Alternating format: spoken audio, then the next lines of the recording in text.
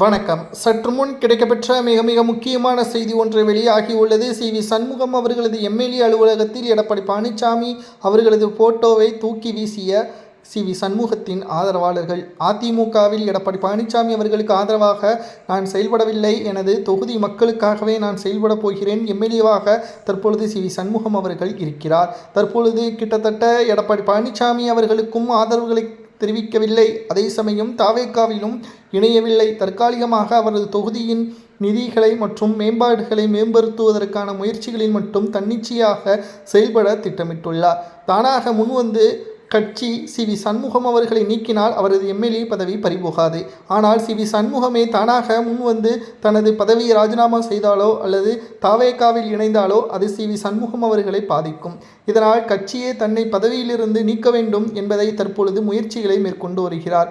தற்பொழுது அதிமுகவில் எடப்பாடி பழனிசாமி அவர்களுக்கு எதிராக செயல்படுவதால் சட்ட ஒழுங்கின் அடிப்படையின் எடப்பாடி பழனிசாமி அவர்கள் சி.வி. சண்முகத்தை கட்சியிலிருந்து நீக்கினால் அவர் தனது எம்எல்ஏ பதவியை ராஜினாமா செய்ய தேவையில்லை.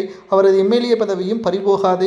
ஆகையால் அவர் சி.வி. சண்முகம் அவர்கள் தாவேகாவில் இணையலாம் என்ற தகவலும் கிடைக்கப்பெற்றுள்ளது.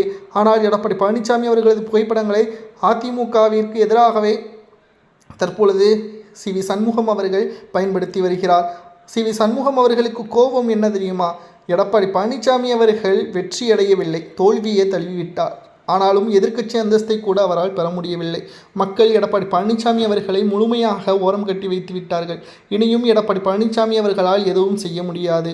தோல்வி அடைந்ததற்கு காரணம் எடப்பாடி தான். முழுமையான பொறுப்பேற்று அவர் தானாக முன்வந்து தனது பதவியை ராஜினாமா செய்ய வேண்டும், அதுதான் நிதர்சனம். ஆனால் எடப்பாடி பழனிசாமி அவர்களோ அதிமுகவில் தற்பொழுது மிகப்பெரிய அளவிலே மாற்றங்களை கொண்டு வர முயற்சி செய்து தனது குடும்ப உறுப்பினர்களை, முக்கியமான நிர்வாகிகளை மாற்ற எடப்பாடி முயற்சி செய்கிறார். தாவேகாவில் இணையாமல், கூட்டணி வைக்காமல் திமுகவுடன் மறைமுகமான கூட்டணி ஏற்பாடுகளை செய்ய திட்டமிட்டிருந்தார். இது எங்களுக்கு மிகப்பெரிய அதிர்ச்சியை ஏற்படுத்தியது, கோபத்தை ஏற்படுத்தியது என்று கூறி சி.வி. சண்முகம் அவர்கள் அதிமுகவில் தற்பொழுது எடப்பாடி பழனிசாமி அவர்களுக்கு எதிராக தங்களது ஆதரவு நிலைப்பாட்டை முன்வைத்தார். ஆனால் எதிர்பாராத விதமாக சி.வி. சண்முகத்தின் ஆதரவாளர்கள் அந்தரவள்ளி அடித்து மீண்டும் எடப்பாடியின் பக்கமே சென்று விட்டார்கள்.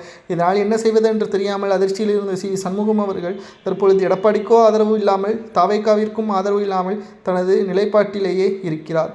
மேலும் எடப்பாடி பழனிசாமி அவர்களுக்கு எதிராக சி.வி. சண்முகம் அவர்கள் செயல்படுவதால் அவரை கட்சியிலிருந்து நீக்க வேண்டும் என்று சி.வி. சண்முகம் அவர்களுக்கு எதிராக பல்வேறு நிர்வாகிகள் கோரிக்கை வைத்த போதிலும் அது முடியாது, தேவையில்லை. சி.வி. சண்முகத்தை நீக்கினால் அவர் நேரடியாக தாவேகாவில் இணைவார், அது அதிமுகவின் எம்எல்ஏவாகவே கருதப்படும் என்றும் தற்பொழுது சி.வி. சண்முகம் அவர்களுக்கு எதிராக நிலைப்பாட்டை முன்வைத்திருக்கிறார் எடப்பாடி பழனிசாமி அவர்கள்.